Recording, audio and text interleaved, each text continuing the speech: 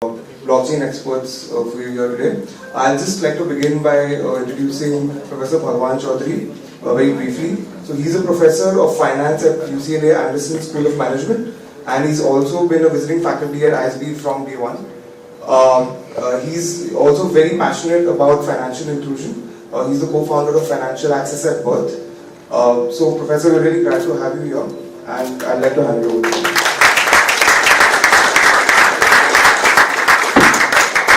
Okay, thank you very much. Thank you all for being here. I'm really impressed that, everybody was here at 3 o'clock. We thought Ori will be here until 3:30, but this is, keep it up, ISB way. Let's start on time. Okay, I'm very happy to introduce at least 3, possibly 4th, if we can get the technology to work. 4 panelists here. Let me start with Babu Munagala. Am I saying your name right? Okay. How do you say it? Babu Munagala. Babu is a founder and CEO of Zebi, and we'll get to talk more to him about it after. Babu, why don't you have a seat here? Brij Bhasin, who is the India Investment Head of Read Write Partners, which is a Japanese VC firm. Thank you, Brij, for being here. And Puneet Shukla, who is representing Niti Aayog, and I have notes here that says Niti Aayog needs no introduction. All right, so we're going to do this panel a little bit differently in the following sense. There's so many of you here, so I'm really pleased. And what I like to do is I like to involve you very early on. So I'm not going to sit here and talk for hours, and then at the end sort of say, are there any questions? But last question, time is over. So I'm going to jump in very, very quickly into our discussion. So let me first see, since this is a session on blockchain, who here does not know what a blockchain is? Raise your hands. It's not a crime. We all didn't know it. About half. Okay, now we're going to do this test. We'll see if how many of you know what blockchain is? Let's see if the numbers add up. And the rest of you? They don't know. Kind of heard it, but kind of not. Okay. Okay. For those of you who know what blockchain is, raise your hands again.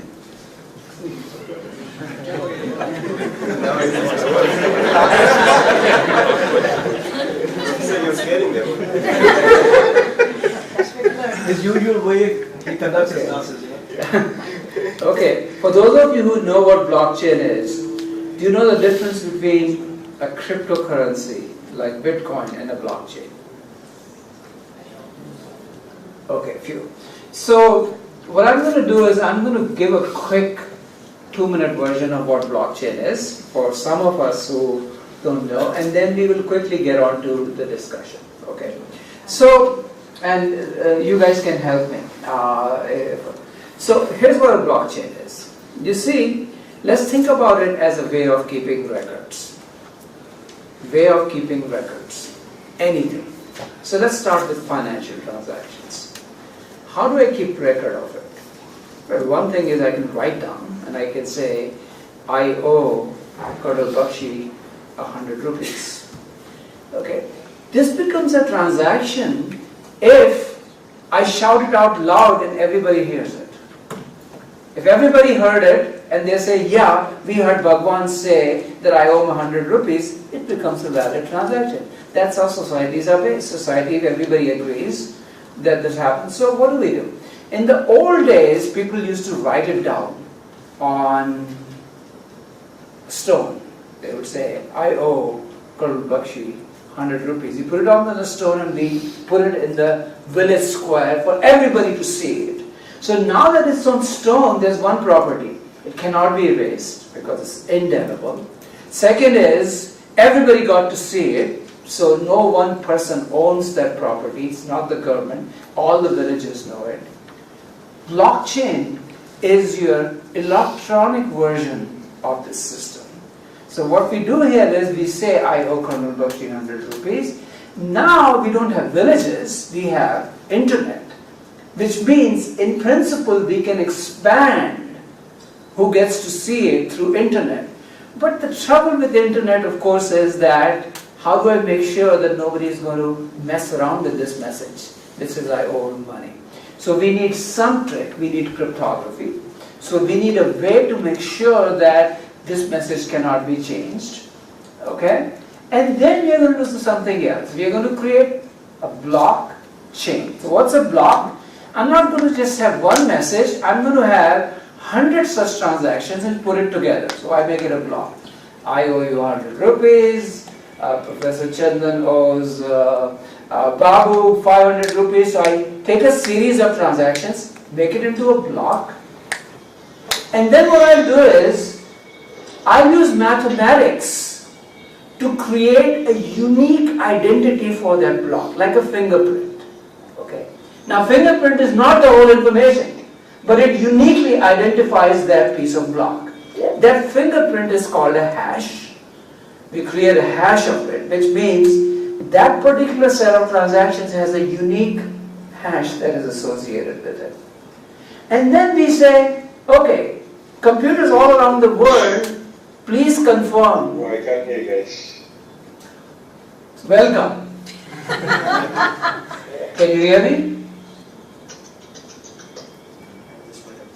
Okay, so let me continue with this. So what we do then is we say, okay, we have a series of blocks, we are going to create a fingerprint of it, and this fingerprint we will keep carrying on. So we'll take a fingerprint, then we'll create the next series of blocks, but to the next series of blocks I'm going to add the fingerprint of the previous block.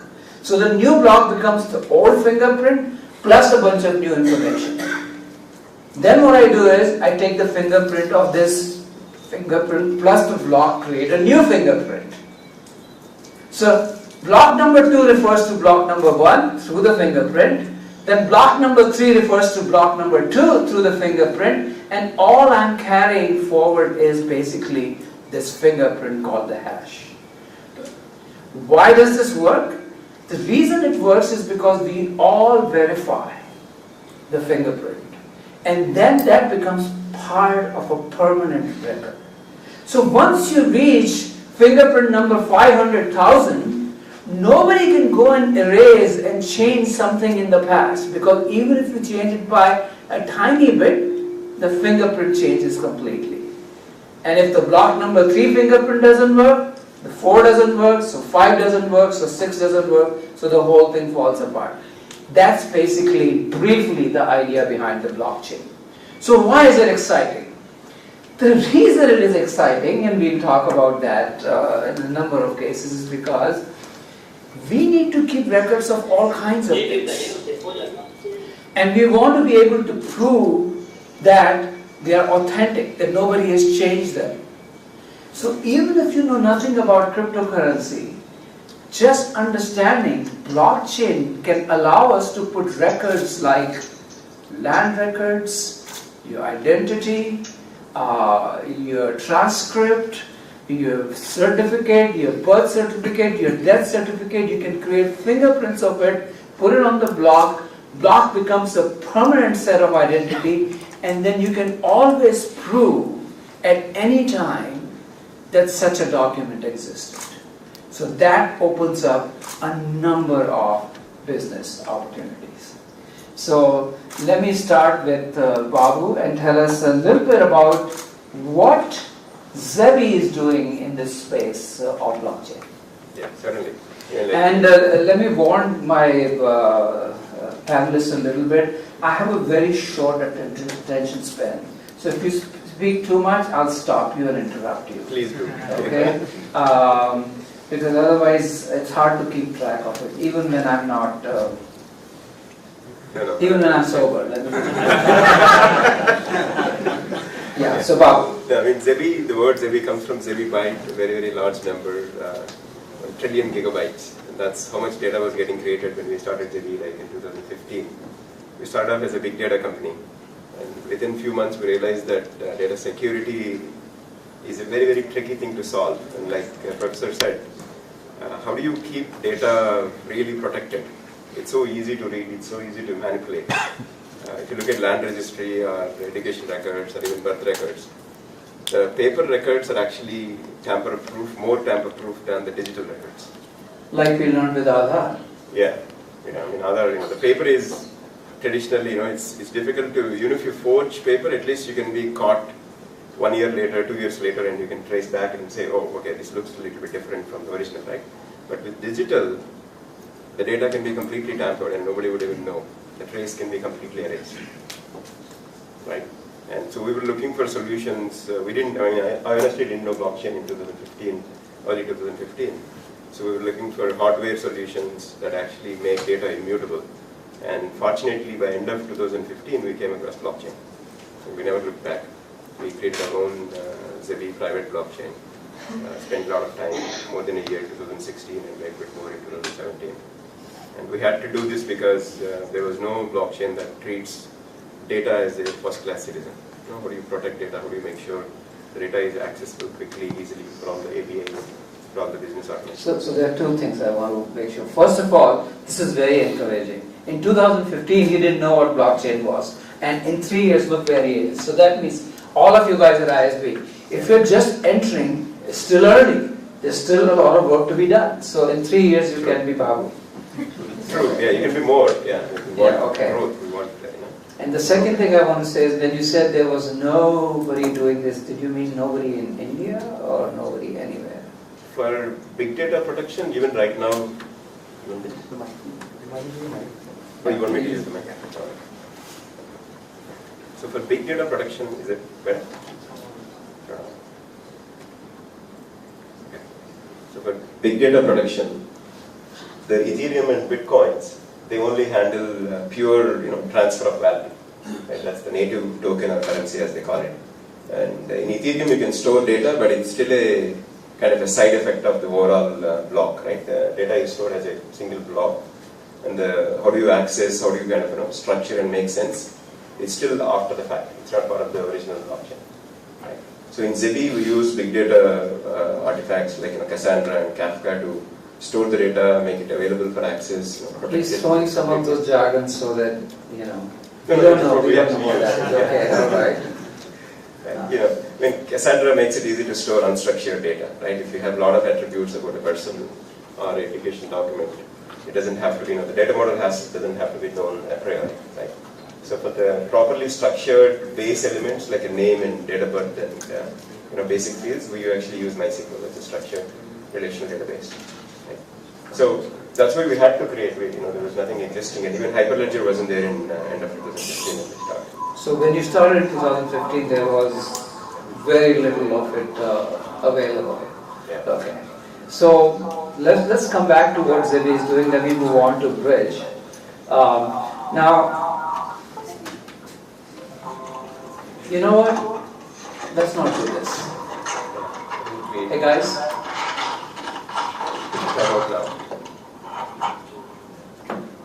We gave it a chance. It did work. Let's not try to. So now Bridge is an investor. Can you please stop this? Yeah, that's it. Now jump on it. Okay. Bridge is an investor. So the question I'm going to ask Bridge is the following: that I hear a lot of buzz about blockchain. 3 years ago nobody was talking about it, but now everyone is talking about it. I go to parties and people talk about blockchain without really understanding much of it, but everybody is really talking about it. What are you seeing on ground in terms of actual businesses getting created? Do you see a lot of it? Have you seen changes, the trends? So, in terms of the buzz, I would compare it to the early days of internet, right? When mid-90s to late 90s, when there was a lot of promise in terms of what internet could do and change global commerce and data sharing and information networks. It's similar in nature today, where there is a lot of promise in terms of what blockchain and distributed ledger technology, DLT, as a whole, can really bring new transaction mechanisms and new sort of trust networks, as they are called, for various different domains. The challenge is that a lot of these projects are still in their infancy. The buzz when you say infancy, they are in the proof of concepts Somewhat, you could call beyond proof of concept. So if you look at Bitcoin and Ethereum protocols, I would say they are at least somewhat production grade, even though their capabilities may not be matching the public need in terms of. Yeah, so Bitcoin and Ethereum, we know that they're working, but in terms of the actual blockchain applications. Yeah, I would say most of them are still in proof of concept. They've done some initial deployments from identity to government records to financial transactions, remittances. In every domain there are these POCs going on. Very few of them have reached production level yet. Very few. Yeah. But you're seeing a lot of people approaching you for... In India, I think it has actually gone down over the course of this year, primarily because of government intervention and discouraging cryptocurrency. That has led to a lot of developers and entrepreneurs, finding other jurisdictions outside of India that are more amenable to it. So people are leaving. Yeah. People are going to Singapore. Yeah, people are They're going to Hong Kong. Singapore. They're going to the US. Yeah. Because there it's a little bit more space to work out. So let's go and talk about it. He's a government spokesman.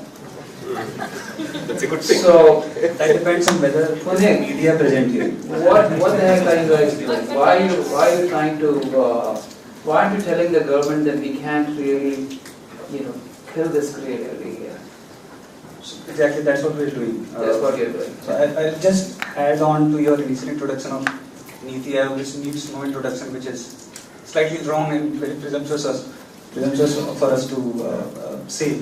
Niti is a kind of a central government's think tank, and it advises various ministries, various state governments on various policy issues, and it has kind of replaced the earlier planning commission, which used to prepare and formulate 5-year plans. And now, since the new government came in power, we relinquished the idea of planned economy, and then moved into. So Niti Aayog kind of advises governments in various specific policy issues. And do they listen to you? Do they pay attention to what you're saying? So we are same as consultants to various companies. No, in several cases they have. They have. Yeah. So a lot of FDI reform, which has come in after the government has come into power, a lot of e-commerce reform which has taken place, and especially I would like to mention the entire change and regulatory change after 2016 demonetization, fintech reforms and regulatory relaxations which happened. That was all recommendations of Niti Aayog and consultations. Demonetization was also one of your recommendations. No. Are you sure? Yes. Did they ask you before they did it or no? Nobody did Niti Aayog. Okay, so this is my worry. My worry is that the government decides what they're going to do. Then they come to Niti. If you say what they want to hear, they say we're implementing Niti. And if they don't want to hear, then they ignore it. Not necessarily true, Professor. But it might be true. Okay. I'm just giving him a hard time. He's from the government, I've already got my share of scolding just before the panel I met Professor. These are my kids, so I have to. So Niti, from what I understand, you are providing a forum for real businesses and what the government wants to do in these projects. You're connecting them, is that Exactly. a good description? Yeah. So we are actually doing what Rich said and what you have also observed. We are doing a lot of proof of concept pilots with several companies and startups in India in blockchain space. So we have kind of figured out some of use cases of blockchain, especially the ones which I name will be. We are actually working with the government of Chandigarh to implement a land registry of Chandigarh on blockchain. Is it all digitized? Is land records all digitized? Yes, in it is. Chandigarh? That is why we chose Chandigarh. 100%. 80% of their sectors, 80% not of the the entire sectors. rural part of Chandigarh is still not on their level. So that's a good But, candidate. So yes. this is one of the things that comes up. Since this whole world is digital, our first step is to make sure the records are digital. If the records aren't digital, then we are going nowhere. Blockchain got good. So that's kind of one. So in terms of businesses, guys, one thing could be just doing that, right? How do you digitize? How do you make sure it's clean? How do you make sure that it can be put in a form that can be used on blockchain? The digital plus there is also in land records use case, and as Babu you also acknowledge, it's also blockchain is also a garbage in garbage out kind of a system where unless you have very clean records, especially in case of land records, the titling has to be conclusive. And given the current scenario, current legal framework of land records in India, our land record systems are not conclusive titling systems. And presumptive. I'm a little worried. I think it's on purpose. I don't think there are vested interests who don't want it to be completely transparent. Isn't that right? I mean, land record is where most of the fraud is happening. So if I'm a beneficiary of this fraud, why would I want to make sure that you put everything in a clean format? Are you seeing any resistance? Not from the government. No, not from the government. Yeah. So what we are interacting with government. So who gives the clear title to a land? Yeah. Either the government notary or the registry office, which gives the title to a landowner, or if it goes into dispute, the courts clear it, right? Right. So these are the two stakeholders with whom we are interacting.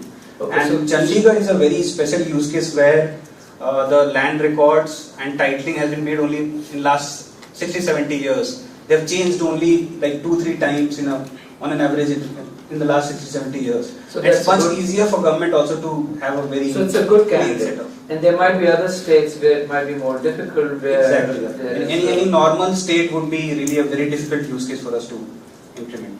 Okay, all right. So as I promised, I'm going to please raise your hand, and these are the rules, by the way, for asking a question. First, you tell me your name and whether you are an ISB alum or not or whatever, right? Very quickly. And your second statement should end in a question mark. And there should be no third statement. Okay, you go first. Pratap, class of 2013. You just mentioned business opportunities lie here. So there are two examples. One is with the government, and the other company internally managing its blockchain. What about commercial business opportunities, B2C or B2B, where a third party can present? What kind of opportunities do you see there? You want to take that? Trade financing is a great example, right? Or supply chain, where there are multiple parties involved in overall production. They are within the span of control of the organization itself. Or within, Example of a third party providing a blockchain service or a business opportunity there. so you're talking about just within its own company, if their data can be protected? If I may break your rule and elaborate a little bit where I come from. So I work in the vocational space. Yeah. And one of the concepts we were trying to play around was with the people who are vocational job seekers trying to use blockchain for their resumes and to maintain their profiles, because identity is a big issue there. Yeah. The moment we tried doing it, the user base fell because they don't want that. Who doesn't want that? The end users, Huh? B2C users, end users don't want. End users don't want. Is it And true? that's End a challenge users where don't we want? face. Don't want their privacy to be, is that the problem? They want the option to be able to edit their information at a later stage. Okay, so that's going to create a problem. So the data can be, so even in blockchain, data can be updated, but the history of what was the original data and then what is the new data, what are the updates, all of that is immutable. Yeah. The history cannot be changed. So you would But say you that can I used to call myself Bhagwan and now I call myself Swami. The God. So the entire history would be here. Please, do you want to? So you may want to check out, there is a startup in Bangalore called Spring Roll, Spring in ROLE. They have specifically created a system for attestation of skill sets of job seekers. So they work with universities and large companies and verify employment record or verify education records, add them to the chain, and then they also have a system of third-party verifiers. So let's say somebody wants to endorse you for a specific skill. They've created an economic incentive for people to endorse other people. And that's where they're using the tokenization and blockchain. So this is not like LinkedIn endorsement where people who don't need Yeah. endorse me for skills I don't have. Yeah, so that's exactly the problem that they're solving. They're saying that anybody endorses everybody for even skills they have no idea about, right? So this is verified profiles, verified endorsements. Okay. So I'm going to get him on record, Puneet. One of the things we are trying to do with Niti is to put all ISB records on blockchain as kind of a first, not just proof of concept, but real idea. So all your transcripts, all your certificates will be on blockchain. Did you say by end of the year? Yes, sir. By end of the year. Can This is on record. Let's put this on blockchain. Yeah, can I take a consent poll here that you'll be okay with it? Yeah, Absolutely, guys. If we do a pilot project, sorry, not pilot, actual full implemented project here in ISB, putting all your transcripts and certifications online on blockchain. Because it'll be easy. And the dean has already said yes, it doesn't matter what this is. That's taking user customer consent. So I have. So here's what happens. Suppose you're applying to UCLA, and they say send us your transcript. Usually, what you do is you write to Ashalata and say, I want to formula this thing, or you take your mark sheet, you go to a gazetted officer who signs it. But gazetted officers are dime a dozen, first of all, and then it's too complicated. But if we put this thing on the blockchain, as an institution, you can tell UCLA that here is my original. You can check the hash, the fingerprint of this matches the hash that ISB created. So UCLA can check it in a second, a click, and you're done. You don't have to pay, you don't have to send it, it's immediately intermediate, right? So, and you can never change it.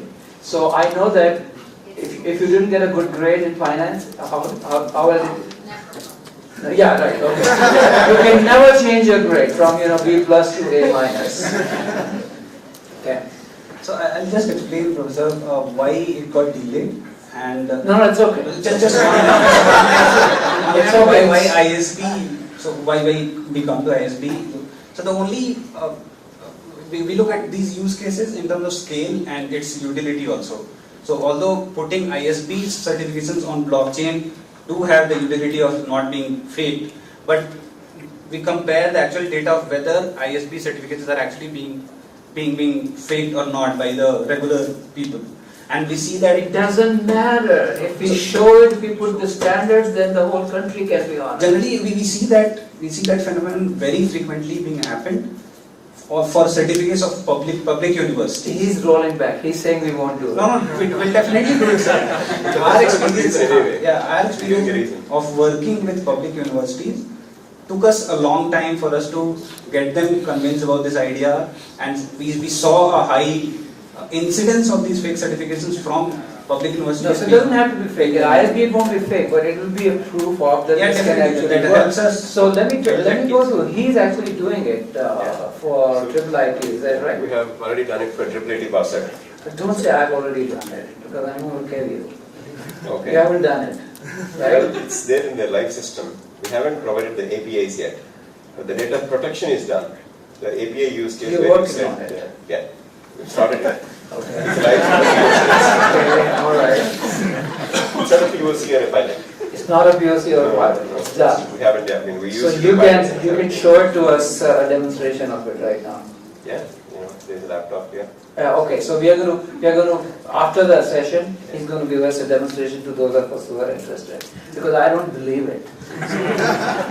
We can show the No. project. So Zebi is. Show, So tell us a little bit more. I think you are going into the space of sensitive data. That seems to be your. So tell us a little bit more about what that entails. Yeah, I mean, if you look at all of the high value data, right? I mean, education records is a great example.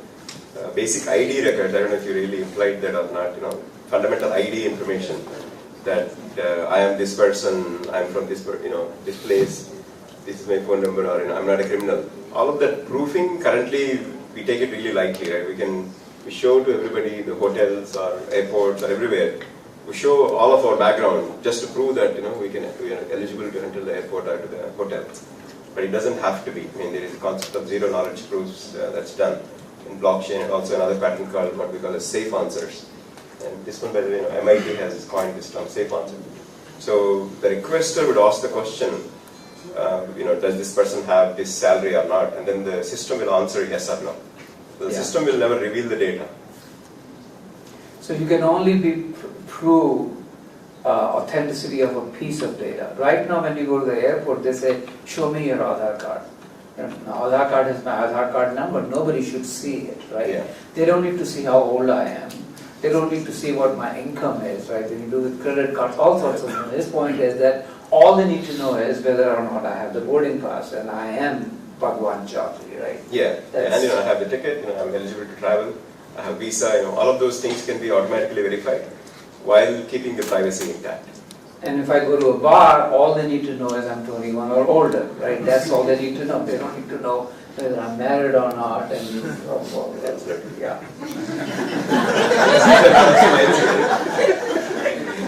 So what we have done so far, because we want to separate out the pilots and POCs and the real implementation, right? So Andhra Pradesh, CRDA, land registry, all of that is digitized. It's a Capital Region Development Authority area, CRDA. Right? All of their land registry, it's in production system, it's in blockchain. Right? Zebi blockchain is what is protecting. And then the IIIT parcel, So Andhra Pradesh has digitized all land records? Not all of the states, but one of their departments, one of their regions. One of the regions is, okay. Okay, fair enough. Yeah. Okay, there were a bunch of other questions. So, let's see. Let's go on this side. Yeah.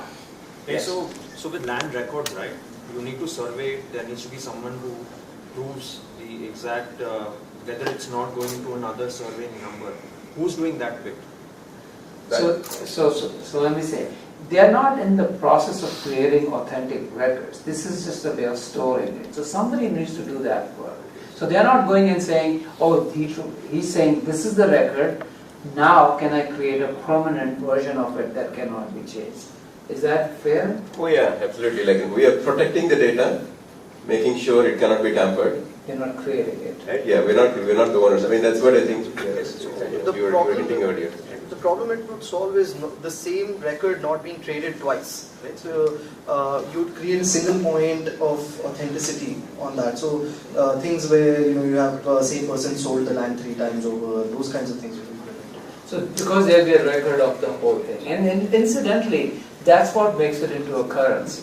The main problem with the currency, digital currency, is that you have what's called the double spend problem. Can I spend 10 rupees today and then try to re-spend that 10 rupees again? But if I can solve that problem that it cannot be spent twice, then any record can become a currency, and that's what Bitcoin really is. Let's go on this side now. Nobody on that side, okay. Yeah. My question is for Brij. I'm Ranjan. I work as a tech strategy consultant from CP8 2018 batch. You said internet, you said blockchain is the next internet. I think I hear this statement with a lot of technologies which comes in every decade. We talked about big data is the next internet, then you talked about IoT is the next internet, and then probably AI is also the next internet. Do you think AI is the last internet? I wish so. I didn't say So is it? No, I didn't say it's the next internet. I was trying to compare it to the buzz around. But that's what It looks similar to what internet did in the 90s. Yeah. So the promise is that it may not happen. Might fail. Okay, so then the question was whether it will have an impact like an internet had, like they are saying AI will have a deeper impact, whether blockchain will have that kind of an impact which internet had. So how does VC determines it? Actually the question is that, I'll end with a question, how does VC determines whether it's... So he's saying, how do you guys know whether this is hype or reality? Yeah. So if you've seen most technologies go through a hype and trough phase and then sort of a longer term gestation. So for us, it's the question really isn't is it hype or not? It's about whether the timing is right or not. Where are we in the cycle? Have we done that first hump of hype and trough, and then now we're going to a longer term adoption? And Where are we? I would say we've just come across the first correction. I think there's probably a larger correction still in play. Depends on how long this lasts, and then we would go for a longer term adoption growth. But you are hopeful. You're hopeful in the long term. I think it would still depend a lot on how the ecosystem comes together. So how the regulatory framework. Are you putting your money in it? Not yet. Not Okay, yet. we're See, still evaluating. that's also a much more useful answer than, he's not putting it in, so you still have doubts. So we are evaluating a lot of companies, but we don't have the mandate to immediately invest in one yet. Because we're looking at what is the right timing for some things. Okay, all right. But I think it holds a very critical promise, right? So even though it might be a hype right now, but the core promise of any blockchain or any DLT is distributed ledger ledger technology. Is- Which means that you store data not at one place, it's distributed, not with the government, not with the central, but all over. So if all computers say, yes, this is a record, then we agree that it's a record. Yeah. So the core promise is managing trust between unknown parties. And I think that's a long-standing problem Yeah. which blockchain tries to solve without having an intermediary. And I think that promise itself is so big that it can radically disrupt major industries. And I think So let me rephrase this. I mean, the big thing that human beings discovered, that they discovered writing, was they could write long-term contracts. That changed everything, because otherwise everything was a spot contract. I give you a banana, you give me peanuts in return. But with contracts, you could write a long-term contract that says, I'll take care of you now, you take care of me when I'm older, right? Which gives rise to all of finance. And that happened through legal documents. Now what we are saying is, with blockchain, we can put a lot of these legal documents as algorithms, and algorithms could be put on a database so that they can self-execute. So we get rid of the lawyers in the middle. So we'll need lawyers for something still. I mean, 12 Angry Men, those kind of things will still be done by lawyers. But the boring work of lawyers, which is, these documents match or not? Is this guy's signature or not? That, you don't need lawyers for that. The computing power is there's a that. lot of contract violation will also cease. Yeah. So which is intentional generally. So if it is done via smart contracts where already money is put at stake without you having the ability to revert it back, a lot of contract violation which is intentional will also go away. So once we fix the identity issue, Yeah. together with the contract issue, Yeah. I would say the whole legal profession is going to be, there'll be big upheaval there. Is that- Yeah, they will be reviewing the digital smart contracts and making sure there are no holes, all of that. But a lot of it, like you said, manual work is gone. The number of legal people that we would need obviously would dramatically be cut down. How about number of chartered accountants? That's probably true. Yeah. Chartered accountants, your days are numbered. Yeah. So let me just add one more thing, Thank God for ISB, which is going to transform you from chartered accountants into real.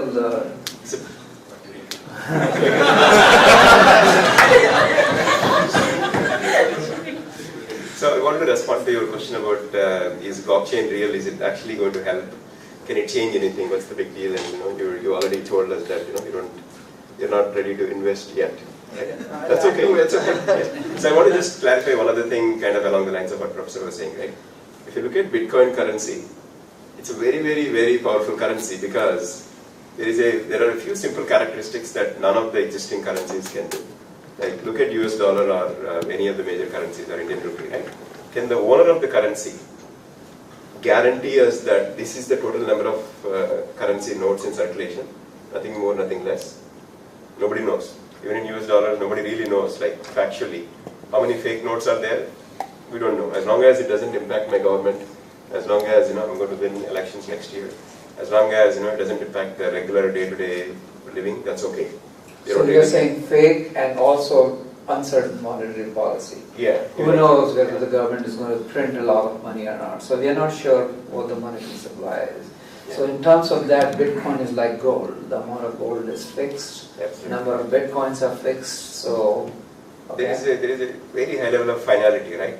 Yesterday they said this is the total number of Bitcoins, and that's it. I think Puneet, that's what you're referring to also. Finality is what is really there in all of the smart contracts. You can't go back and say, oh, sorry, I made the mistake. I want to change the contract. Can you please change it? Or I want to bribe you. There's none of those can happen. It's visible. can It's we put transparent. our marriage vows on? I don't know actually. So I if guess marriage certificates can go into blockchain. So if I said to my wife, मैं तो मरकर भी मेरी जान तुझे चाहूँगा, can we put that on blockchain? Yeah, I guess execution is. We can. By the way, the answer is you can. But execution is what, you know. But ultimately, the question is an important one. Ultimately, if I violate that contract, Yeah. blockchain can't do anything. You still have to call the police and say, इसने बोला था मरकर भी चाहूँगा पर नहीं चाह रहा है. What do I do with it? Right? So you still need legal institutions, because this is an important point, because a lot of people who are into this digital hype space, they think we are not going to need any institutions. Yeah. And that seems far-fetched. Oh no, yeah. I mean, we do need a certain level of legal, you know, like, you know, police and, you know, government. Government is needed. I know there are So extreme. जिसकी लाठी उसका भैंस तो चलेगा ही. Yeah. You know what I just said? You know Hindi? Yeah, no, not much. Okay, so whoever has the might Yeah, is right. The power, Will yeah. still be true. Well, if there is a level of transparency that the king or the leader, they want to put on the blockchain, so they can't go back, right? So if the public really realizes the power of blockchain, so they can demand that certain things be put on blockchain. Let's say election promises, Right. right? If one party starts doing it, you know, put it on the blockchain, make it visible for everybody, right? You can't go back, and you know, the reporters can go back and say, oh, this is what you said in 2014, now this is 2019, what happened? Isn't that counterproductive then? When the king himself will never let blockchain get implemented. Well, I mean, the king is elected by all of us, right? So Yeah, then you're the king already knows. right? King, It's a cyclic situation. the governments are trying to. But I'll tell you something else. So you're saying reporters will go back and they'll notice there's a problem. But what if I threaten the reporter? By the way, this never happens, okay? No, the data is still there. Yes. So the interesting thing in blockchain is, if you really make things transparent, like the way, you know, even in Bitcoin, by the way, I want to reiterate, there were bugs when you know, Yeah. it was started in 2009, double spending, you know, creating fake currencies. It actually happened. It was there. But the good part is, it was always transparent from the beginning. So I think what Babu is saying is that when things are transparent, and if all of us can see it, suddenly it gives us more power, without relying on intermediaries. Yeah. And Yeah, even the the kings reporters, yeah. and other people are going to be afraid of that power, because Yeah. in some sense, think about what RTI did, the right to information. It gave more power to people. Now I know that there are still problems with that, but this will put RTI at a much bigger scale. That's one way to think about it.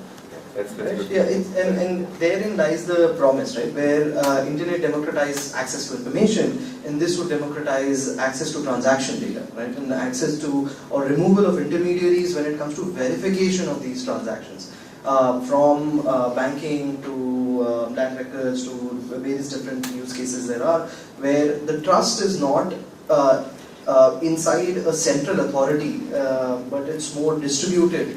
And it's based on a consensus, and that's where we get into more technical terms around how these transactions are verified and validated. But I want to go back to his question, which is, and maybe Puneet can take a crack at it, because he's the closest to the powers to be. Does the government want to give up that power of not having power over data? Does the government of India, Biggest example of do they want to relinquish that power over data? Or do they actually want to say, no, we want to know who you are, where you live? See, it doesn't matter which government is power or who's actually running the government. But of course, this fight between having the ability to monitor and surveil every individual, whether be it for the right reasons of national security or whatever we may call it, and the other aspect of balancing it with liberty and giving freedom to individuals. So that fight will always be there.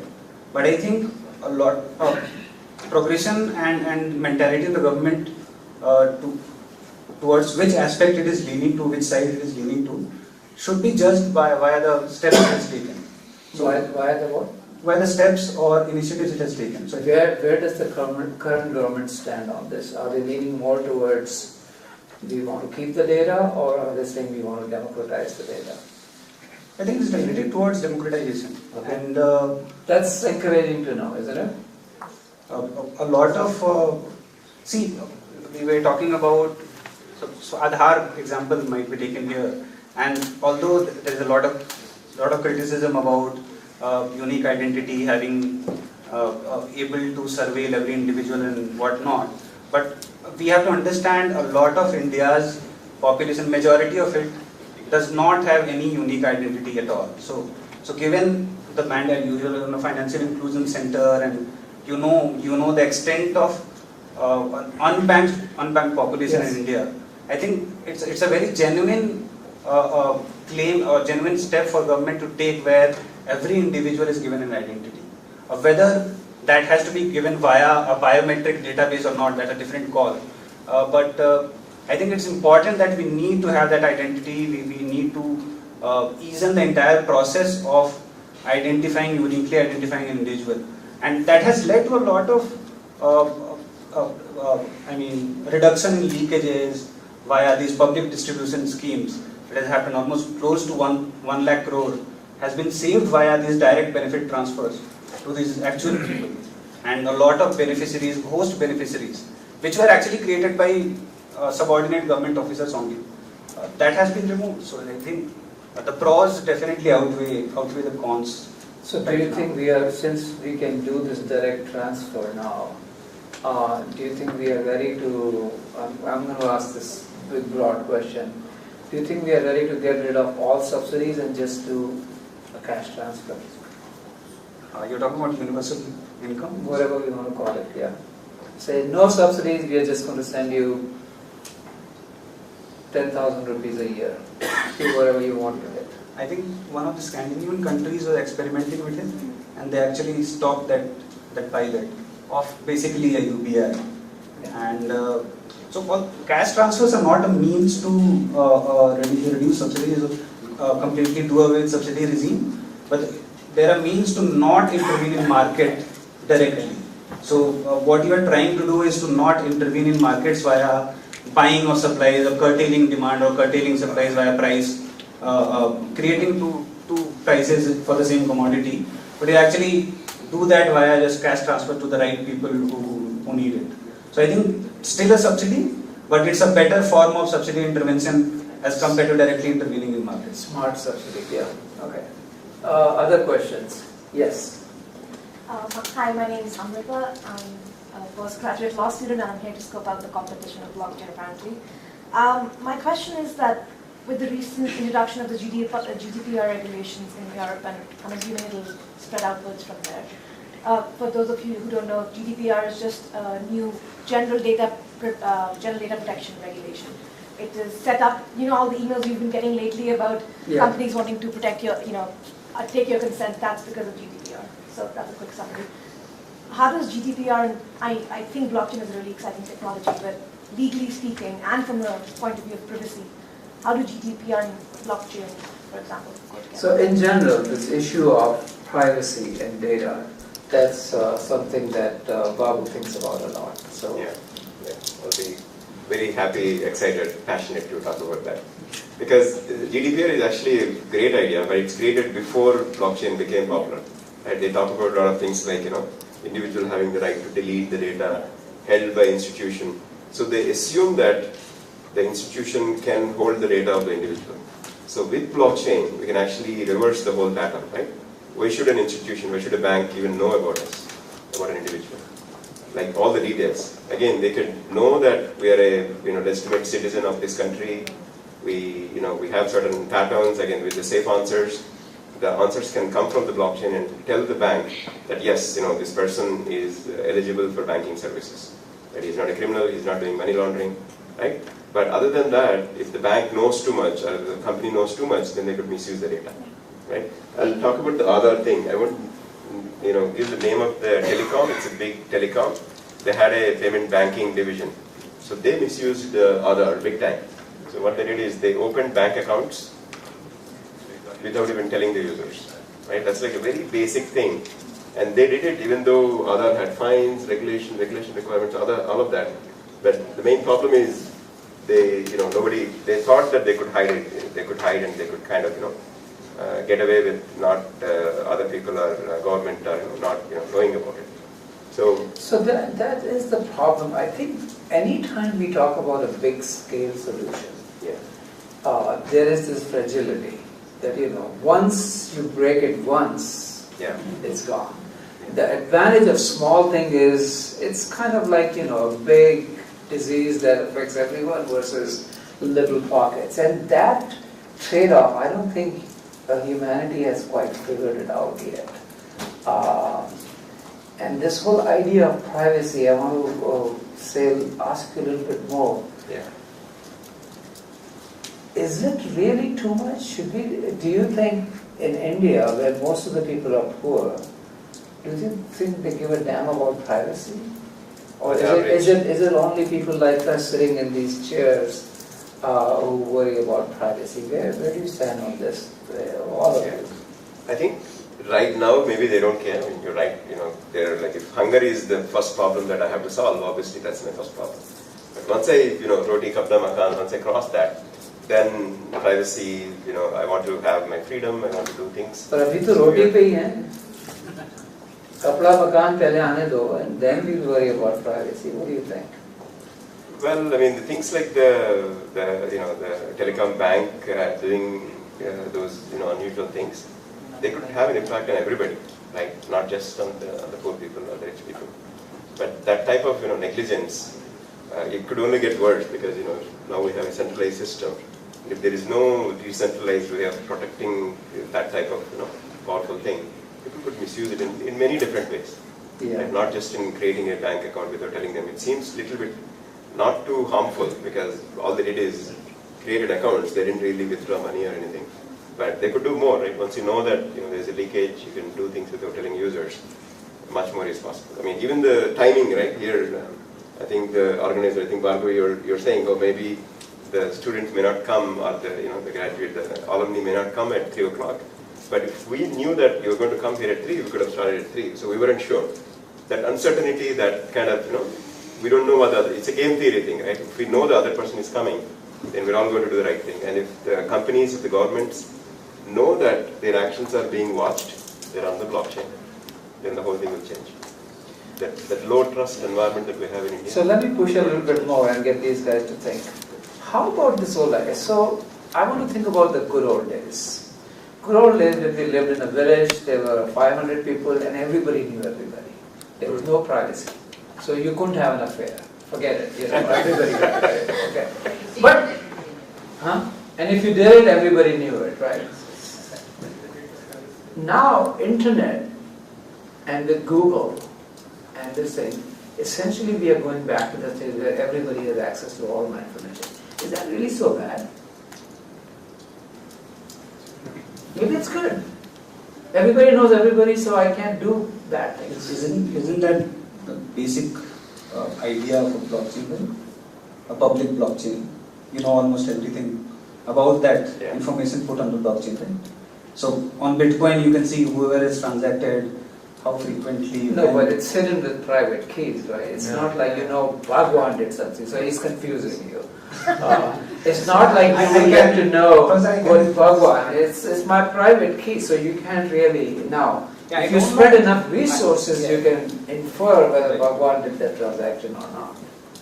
Right. I'll just add on to your question on privacy being more of a concern of armchair activists or not.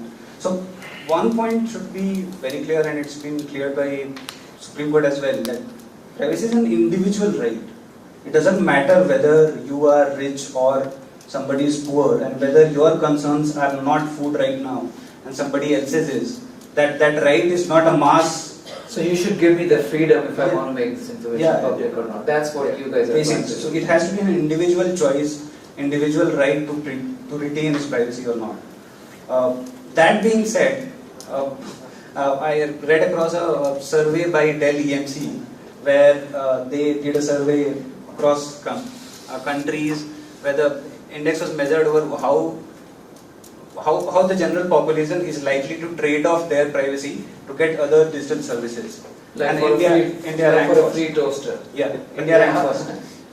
So Indian population and India ranked first, and Indian population treated the right to have more services as compared to their trade-off and their willingness to forgo privacy. Yeah, sure. So Yeah, no, I mean that's. We all do it with Google. The second Like, rank we're doing country it every had day with Facebook and Google. I mean, it's not just. second rank It's not country just had a India, like right? Yeah. very huge margin of index. So let me ask Bridge in terms of, I mean, this seems like a big issue, identity and privacy. Are you seeing a lot of people in businesses working in this space approaching you for money? Yeah, there are quite a few startups that are working in creating decentralized privacy and identity networks. I want to move beyond just the basic identity-based privacy versus a lot of the data that we generate, right? We talk about big data and healthcare data sets and financial data sets. So some of the interesting companies and projects that we're seeing is more around empowering the user, empowering the data owner to leverage their own data sets, right? So take healthcare as a great example, your medical records or your DNA information. There are companies now are putting together anonymized data sets while keeping the original identity attached to it in some manner that you as an individual can control. So now, if there are large companies, let's say pharma companies or med device companies that do research on top of that data set and are economically successful, then you get a similar incentive with it. Right? The same thing companies are trying to do for AI-based big data analysis as well. So I think one of the key things, the way this will evolve, including tokenization and blockchain, is providing and sharing economic incentives with the data owners. Okay, so while you introduced the word tokenization, all of us don't understand this. Tell us what that means. So when we talk about blockchain from a data standpoint, is just one aspect of the larger blockchain ecosystem and DLT technology. So tokens, in what you heard of Bitcoin and Ethereum, these are essentially currencies and tokens, right? It's another word for them. A lot of the focus, especially in terms of creating new protocols. So I'll have to get into explaining that aspect of it. No, let's stay simple. Yeah. So the basic idea behind token, look, anything can act as a token, right? If in the old days, people used to say, कि मेरा बच्चा बम्बई में आ रहा है, इसका ख्याल रखना, right? You have my word.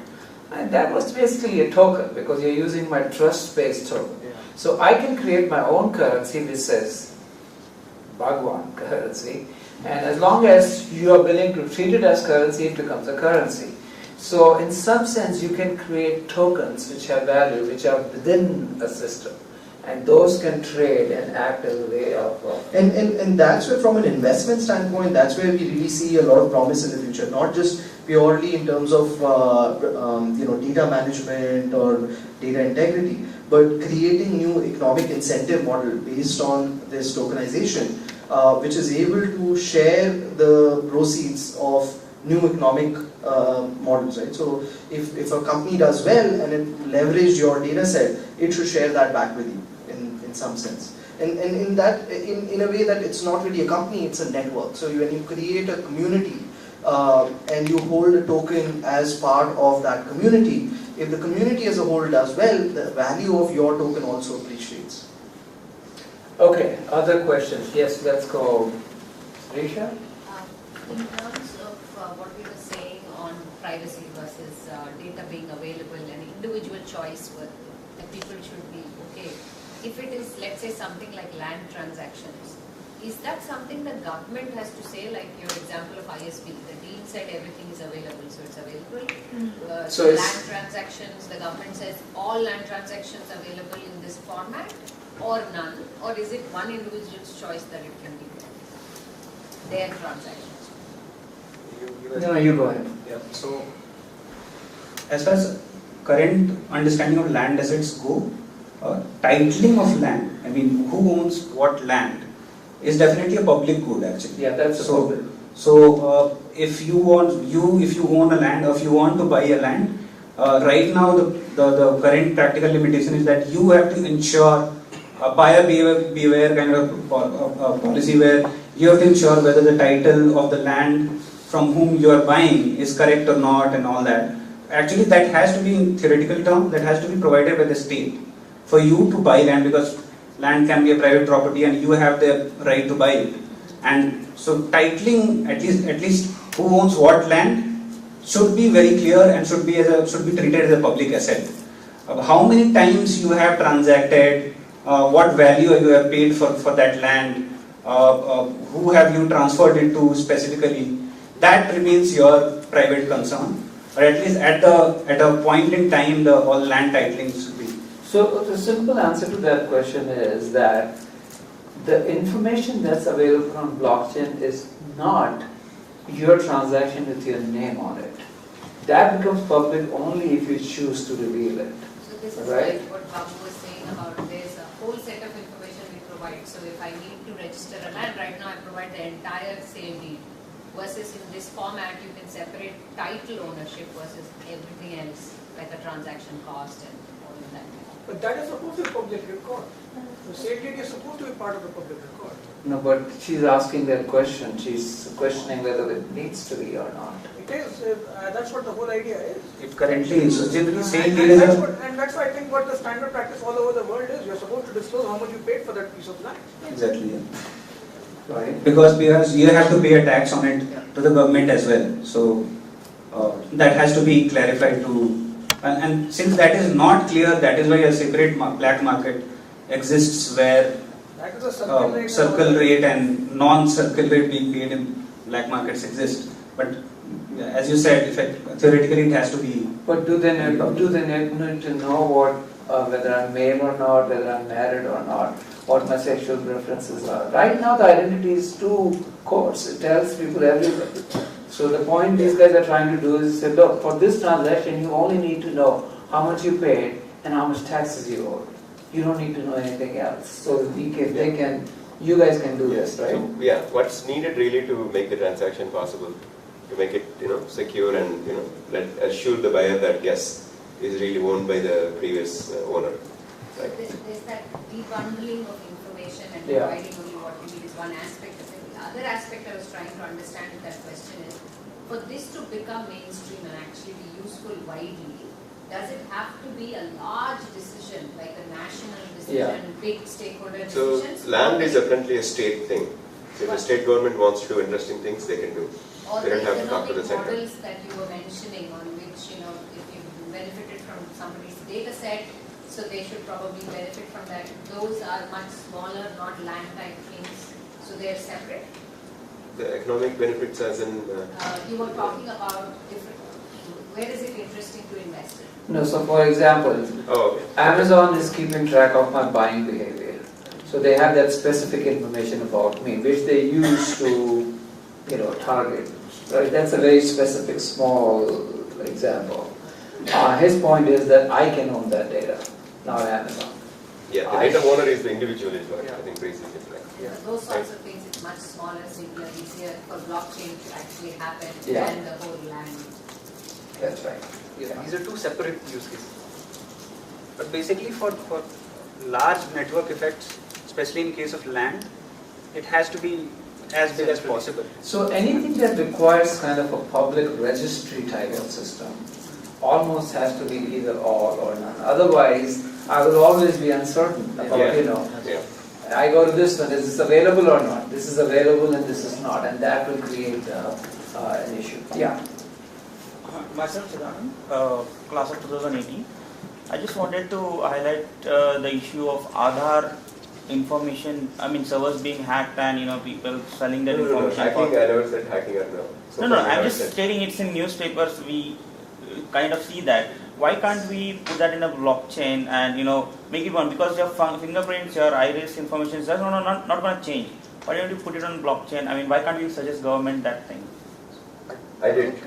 But yeah, We do, we all do, Yeah, we all on did. a regular basis. Yeah. But these are two separate things, I think. No, they only verify the information as you said with the hash we can verify. See, Why they have even- to know that thing? It's not like blockchain is unhackable, right? The information can be made available, and if there is a issue in terms of the processes, right? So let's say you probably heard of blockchain crypto exchanges being hacked, right? Where if a public-private key system breaks and if there is a human error involved, even that can be hacked. So I think these are two separate things. The data structure and the management of Aadhaar systems has to be strengthened both from a core technology, data at rest standpoint, and also in terms of human intervention and human processes, right? In terms of how admin rights are propagated through the chain. So these are two separate things, I think. Let me also add something. Yeah, I mean, he has a valid point, Chris has a valid point. But it is possible to create a blockchain where the read access of the data is also protected. I mean, it's not there right now in the world anywhere. So even for us, I mean, if it's done, then everybody would know when like for example, my Aadhaar or your Aadhaar is being accessed. How many times is it accessed this month or last month? I think that currently creates it's a protected with the fingerprint. You can lock the biometrics with the mobile app and so you you can check your unlock it. transaction No one can history. verify that. But it's still a centralized database, right? So there is a. So I just wanted to question that whether so for a central identity, for an identity system, not talking from point of view of blockchain, especially in terms of Aadhaar, sometimes I wonder whether a centralized system itself is better for not for surveillance and tracking, but just for the sheer efficiency of it. So all central databases are more efficient. The decentralized, you lose efficiency, but you get some protection. Yeah.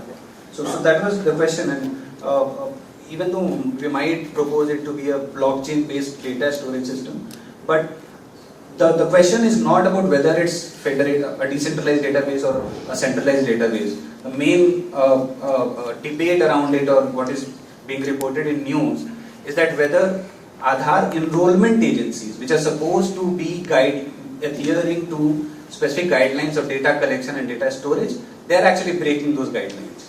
So it's not about whether it's stored centrally or not. Even if it is stored decentralized, that violation of guidelines can still happen. Yeah, let me explain on that. Yeah, I that's a think good. the problem here is the IT thing.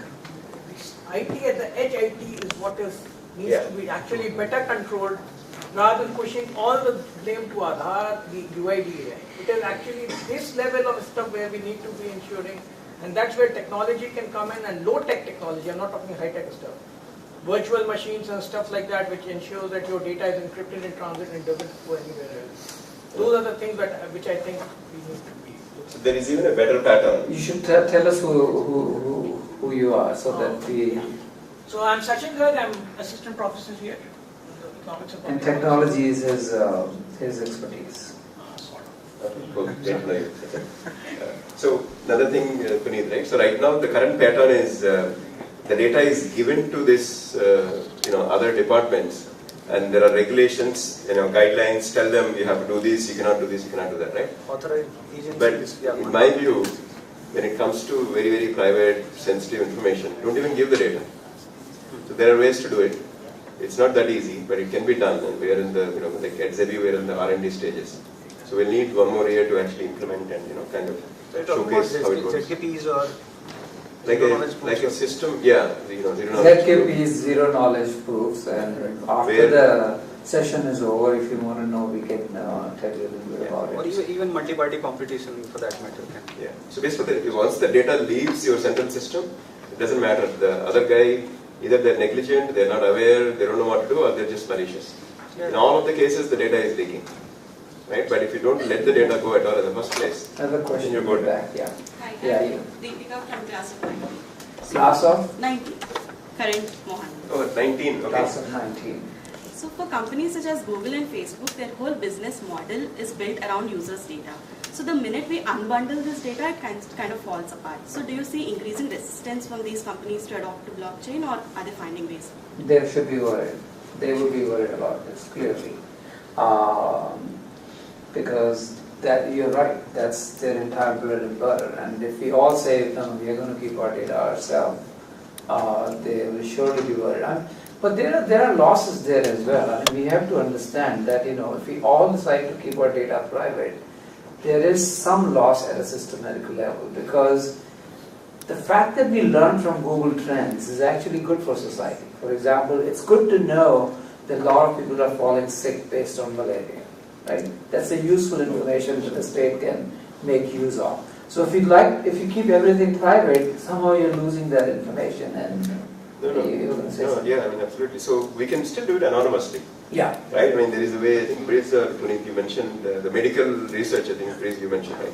So the medical research, for example, you have the anonymized data that, you know, in this month, these many people were impacted by... So the aggregate data is available, but my individual... But at the individual level, you can't know until you actually, you know, that's never leaving the blockchain system. That's a pattern that, you know, we are trying to follow. So there is this question about identity that bothers me. I'm a Buddhist, so I always worry about what identity really means. You know, what is self and what is not self. Yeah. So first simple question. If I have a multiple personality disorder and each of my personality pays taxes separately, am I entitled to different Aadhaar cards?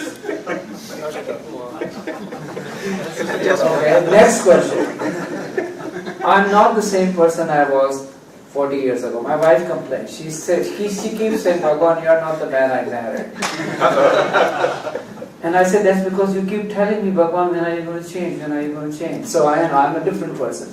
So, no, a more serious level, my spending patterns in the 20s might be different from my spending patterns in the 40s, right? Are those two different identities or not? Yeah. It's a good question. I don't know. I have to think. Everybody has. I think they're different profiles. It's the same identity. Really? I can have different Same profiles. So take your social profile, right? You may be a different person when you interact on Twitter versus the way you interact on Facebook. They're just different profiles of the same individual. So how should I think about identity? I mean, my wife always says, students के साथ तो बड़ा अच्छा behave करते हो, लेकिन घर पे आके क्या हो जाता है? So I would take an example of mythology. I mean, we have gods that have different profiles, right? They're angry in one avatar, or they're compassionate in another avatar, and that's how we are too. So, Professor, Aadhaar is an answer for that, right? Okay, what is the answer? Yeah. So the Aadhaar is an answer. So you can show the Aadhaar card to your wife and then say, see, I'm the same person. I'm not changed at all. Why is that relevant? This identity thing? Because this issue of how do you prove your identity is a critical one. Because if I want to do financial transactions, do you need to be convinced that I'm physically there or not? So let me give you an example. I nominated Satoshi Nakamoto for the Nobel Prize. I don't know if you guys know that. Satoshi Nakamoto invented Bitcoin. And the Nobel Committee said, but we don't know who he is. And I said, what do you mean you don't know? I know his private key. So you can always send him the money. So see, the issue is, even though I don't need to know who the person is, right? Because as long as I know what the private key is, the money will get transferred to him. So the same thing with the direct benefits transfer. It's only going to an account. You never need to see the person. So what is identity and what's not is a tricky issue.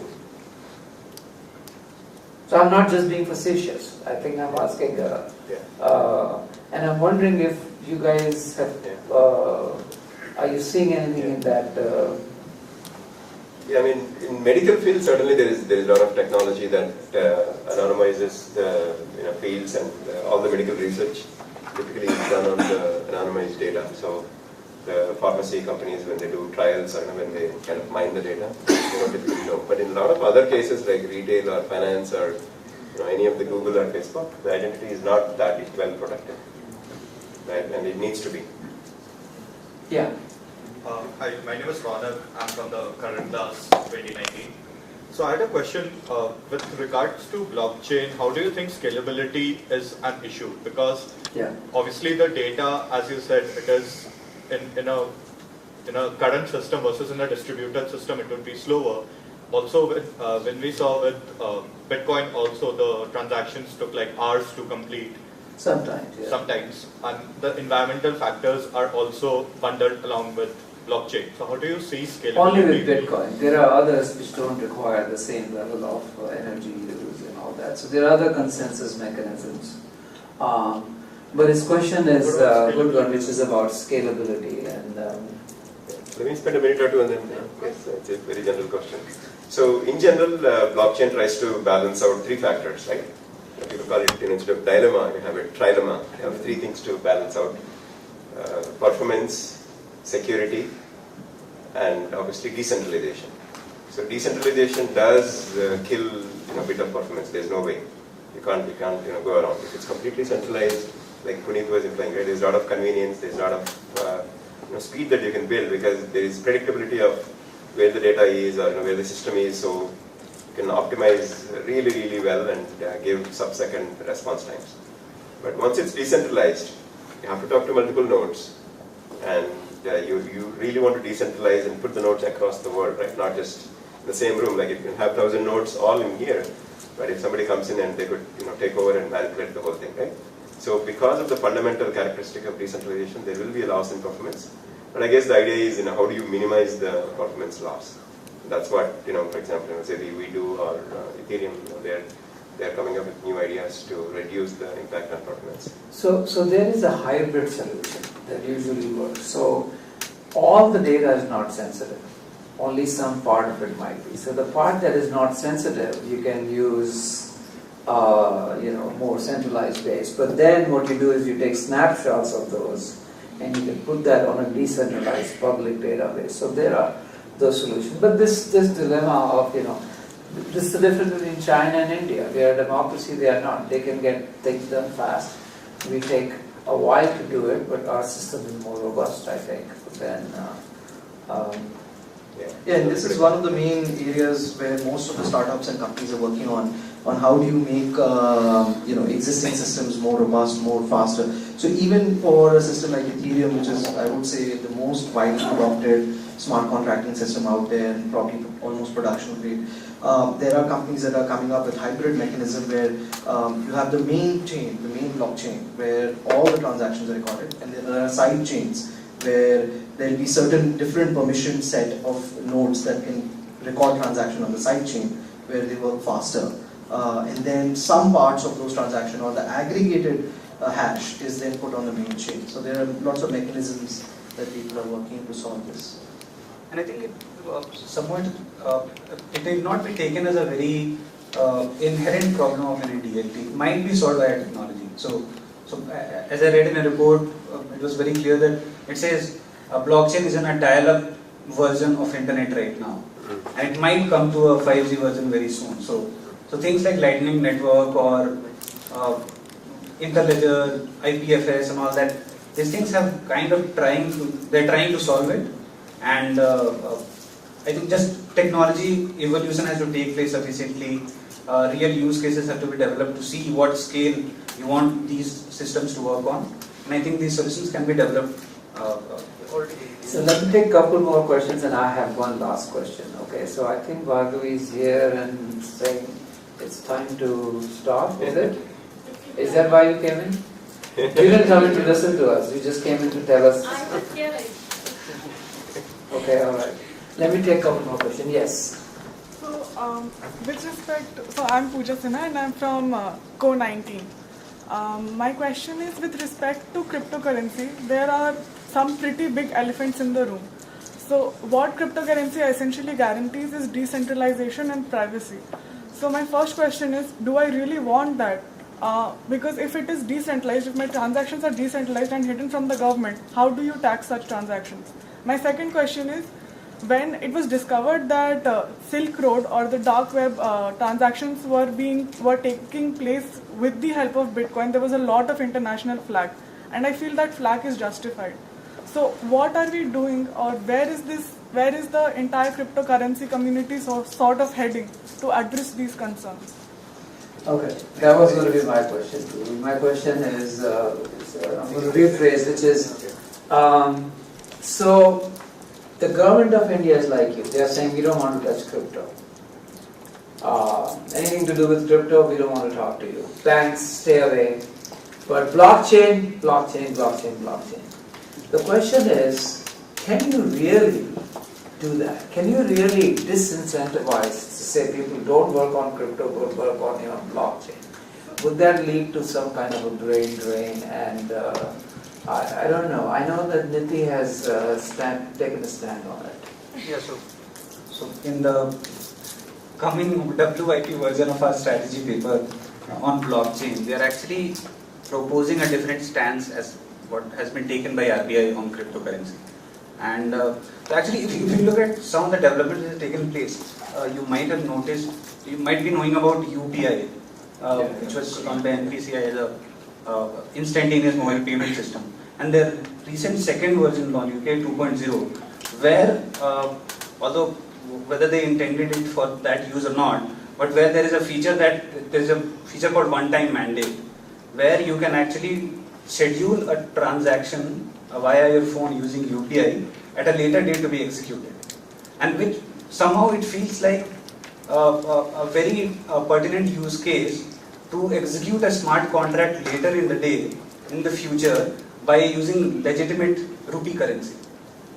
So if you just write a smart contract right now, where you just give that standing instruction to the code via UPI one-time mandate, and when it gets deployed, when the time all the conditions are fulfilled for that contract, the contract gets executed and transacts the money out of your bank account.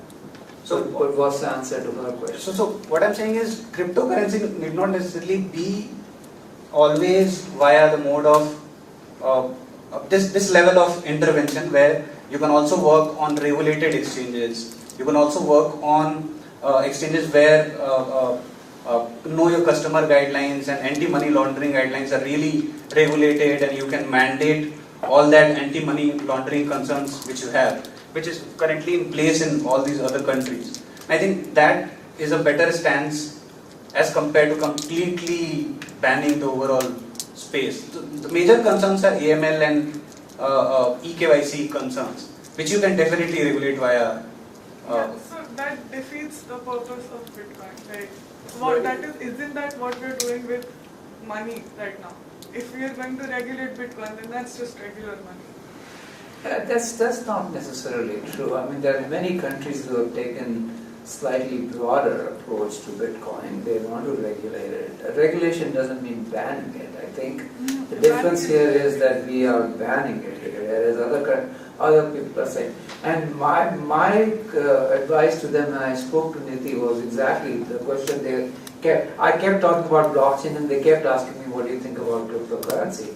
And my answer was that this train has left the station. It's better to learn it and know how to regulate it well, rather than to say, I'm not going to touch it, this is dangerous. Because we might not do it, the rest of the world will get ahead of us, and then we will not know how to deal with it. That's all my... So your argument on regulating cryptocurrency holds the same for regular currency as well. So that argument can also be said for not regulating regular currency, because Hawala transactions take place. Cash transactions still take place without going through the regulated entities. So just because there are bad guys doesn't mean that we need to stop progress. It's like saying, let's not build a faster car because now the thieves can run away faster. Right? I mean, it's that's a great example. So let me just make sure that the answer is clear, right? So there is a way to regulate, properly, like Professor Bhagwan is indicating, right? And at the same time, there are a lot of individuals, maybe not too many in India, they want to protect their privacy. So it can be done, it can be balanced out. And that's what new technology, new blockchain technologies should do, in my view. To give the privacy to individuals and let the governments do their job properly. To catch criminals, to make sure that money is not laundered away. Right? Okay, I'm going to take one last question. Is that right? Bhargavi, can we do this? So we have till 5 or? Do we have till 5 or no? We have till 5. Okay, then I'll take more questions. My name is Vishesh. I am class of 2018. I work for Airtel Bank, the bank you were not mentioning that got into discussion. I got my placement in November, and this happened in December, so I was also wondering if I should join. But it was mostly a procedural issue. My question is around account portability. What we've created with giving payment bank licenses to telecom players is that we've again created an account for them that churn reduces as part of a larger telecom business. But like mobile number portability with blockchain, when you can transfer all the records online, why can't we just allow account number portability? So even if the issue wasn't about opening the account, the issue was they couldn't withdraw their DBT that was getting transferred to their bank account, and they didn't know about that. All the retailers are equipped with most of these, all three telecom players. Now there are only 3 in the country. Why don't we talk about account number portability like we have for mobile numbers? Bank account number. Bank account number portability. Or bank account portability for that matter. That's an interesting idea. It's a good idea. I mean, if I can port my identity, all my information, then that solves that problem. I can just take it anywhere. Exactly. And all these businesses that Jio, Airtel or Idea Vodafone are trying to build in content, in bank, is essentially to reduce churn, because now there's mobile number portability. It doesn't take more than 15 days for you to just port your number. So the churn has increased a lot in the industry, and they're trying to take all these hooks to keep you within that network. If we allow that, it solves the problem, and the payment bank licenses are essentially to serve the poor. If they get that portability, it will be fantastic for them to. So in a sense, what Puneet was referring earlier in terms of UPI, that is the first step towards providing you that portability, right? So right now your payments mechanisms are bifurcated from your account management mechanism, right? You can attach multiple accounts to your single UPI ID. So that's your public facing ID, and you're allowed to change that as well. And your payment history and your transaction set then becomes part of that identity, not owned by one specific bank. So for something as complicated as financial transactions and store of value, I think will be a step-by-step approach. I just wanted to add the point that what you're talking about makes sense for existing account holders. A large part of the motivation for allowing more banks to come up in India and giving licenses to payment banks and small finance banks is to allow non-banked, completely unbanked population to open their first accounts. So they have to open somewhere, they have to get access to a formal financial institution to. No, but his suggestions will make it even more likely that they are. Exactly. Right now they are kind of at a disadvantage. That's his point. Because but if I could easily take my SBI account and go to a payment bank instantaneously, like within the day.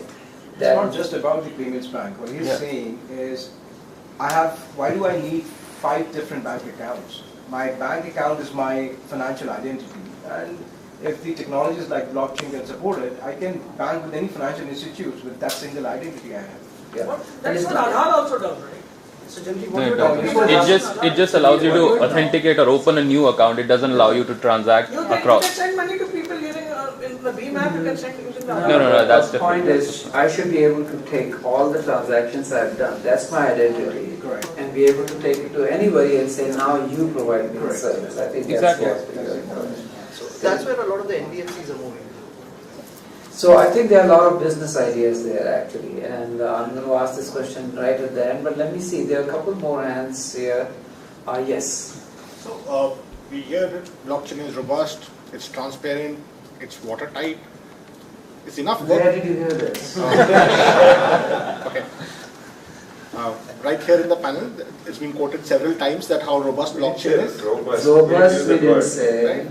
The question is there enough work being done on understanding the risks associated with it and where things can go wrong? Okay, what are the risks? Do you think there is fragility with this kind of system? Because it's, Is there a Titanic? The biggest risk is fast moving nature, especially for consuming part of or user industries of blockchain. So for consumers, we are not there. So let's get this illusion out that it's so easy that this is geeky as hell. Most of us will have trouble working with blockchain because there are these private keys nobody understands. So we are not there yet at all in terms of the mainstream adoption. The mainstream adoption, and I think that's where all the work is. And I think a big part of that risk also lies in the smart contracting interfaces. So once you write a smart contract and you execute it, it's very difficult to roll it back. You can't, ideally you can't. You can't, right? So how do you audit that, and was it designed in the right manner, or was there some malicious code in it that would cause some other ripple effect? So those are the kinds of things where a lot of research is happening right now. So the idea to err as human is not really consistent with blockchain. Sir, with all due respect, when we hear can't, is it not just a function of time before somebody figures out how to hack it? No, not really. I mean, the current problems with blockchain are obviously, how do you protect your private key? That's a huge thing. And like Professor Bhagwan is saying, it's, like normal people, even for me, it's not that easy to remember my private key. How do you remember my private key? It's not easy. So there are decent techniques, but there is not much of technology to make it convenient for people to hold their private keys properly, safely, right? So it's a beginning. It's, I think, what Puneet said about dial-up modem of internet stage. Yeah. I do think we're in that stage where we just started. Oh yeah, I mean, there is this great internet, but it's very slow. There are problems. It doesn't work in many places. Right? That's where we are in blockchain stage. And in that sense, it's a great opportunity for all of us, right? All of the to-be entrepreneurs, existing businesses, like business grads, it's very, to solve these problems. Very clunky right now, private key. I think what you really need is, what's really private to you are really your thoughts. Like, the first kiss you had, what did you think about it? I mean, no, I'm serious, because, or the image you had as a child. Somehow, if that can be connected to your identity, that will make it more robust, right? But right now, they have silly things like, they ask me all these questions, what is your favorite pet, what is your favorite food, but they're asking me to write it down, which means now I'm even more hackable than I was before, those things are my private things, and now you're asking me to reveal it. Yeah. The trick would be to come up with something where I don't have to reveal it, and yet that only I can answer that question. So the zero knowledge proofs have to go in that direction, and I think there is some path-breaking work being done in that direction. Ignoring this side, Ajay from AFA19.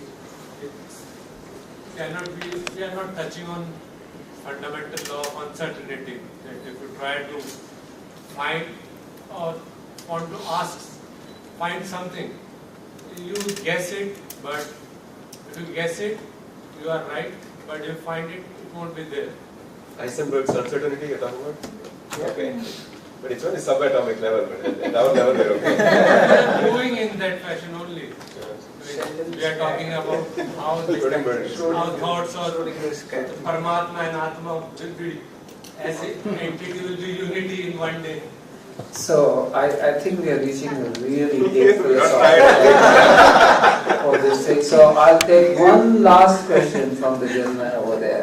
Something that you mentioned a while ago, which I thought was an interesting part, which is that while all this is evolving, emerging, etc., how should we conduct ourselves in some ways? We spoke about that, be aware of where not to share data with them. So are there stuff around, I mean, for a layperson, all of us would be impacted somehow. Internet came about, like, screwed. Whatever we call it right now. But the point is that what does this level of awareness now bring to us? What should we be wary of, for instance? Is that worth talking about?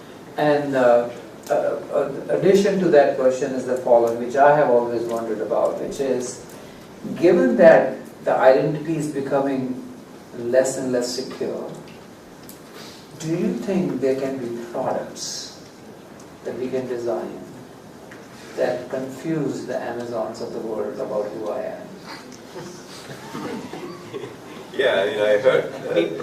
Yeah, so there are companies. I think there's a company in Europe apparently. I don't remember the name. So they create a kind of a XXYYZZ at some email.com, right? So you can create that in Amazon or Gmail or Facebook or anywhere. So you have, or in a random website, which actually, Gmail, Google, Facebook or Amazon, they're a little bit better in protecting their data, but a lot of websites don't even protect their passwords, right? So for them, there are ways to create fake IDs or temporary IDs that you can simply delete like after a month or after 2 months once you're done dealing with the business. So you see, my idea of multiple identity wasn't that facetious after all. No, it's already been done, sir. Yeah. So you create different avatars for yourselves and let those people send you all the coupons to the other avatar that you never pay attention to. Yeah, absolutely. Yeah, it's possible. And then it's possible to do that. Okay. One last question. Okay, one last one. My name is Tanmay. I'm from the current class of 19. My question is, would the government allow cryptocurrency as a fiat in the country? Because currently they can regulate money via the monetary policy. They can bring in liquidity, they can remove liquidity, they can allow more money to flow into the economy. But with the cryptocurrency, that won't really be possible, is what I understand. So what are your thoughts on that? Would they allow it because of this? I guess they already have a big ban hanging in the sky. So the Indian government is not allowed, but I think your question is more general for other governments. So here's what I think. I think this idea that the governments can control liquidity of money supply has already not been true for decades, because as technology has moved, what is considered money has changed. So when credit cards came in, more things became money. And the airlines came, the miles came, that became money. So the fact that the monetary authority has slowly lost control of what is liquidity has been going on for a long time. This is going to accelerate it. But that doesn't mean they'll still have no control over it, right? Because there are other things that are still pegged to money that they can control. So they can still do other things that will have some implication for liquidity in the economy. But it is true that their control is going to be even less so with right. So take countries where countries are pumping money like crazy. You think, oh, they have control. In fact, they lose control because people stop using that currency. They start using dollars or some other currency. So in some sense, central banks don't have as much control as we think we do. But on the other extreme, the idea that they will lose control completely is also not true, because they do have fiscal policy and they have subsidies and they have other ways of controlling what goes on in the economy. So I don't know if that was a good answer or not, but I think we are almost at 5 o'clock. So I am going to thank all our panelists for a really, really insightful panel. Just one last word, if you want to say, you know how in the movie Graduate, the guy said, son, go west. If you were to give one advice related to our session today to our young ISB students, what would that be? I would say, create something new, totally new. Create something new, totally new. I would say chase the economic models behind these technologies. I think that's very penetrated, understood. Follow the money. I still want to study more rather than give anyone else advice. So Puneet is very humble.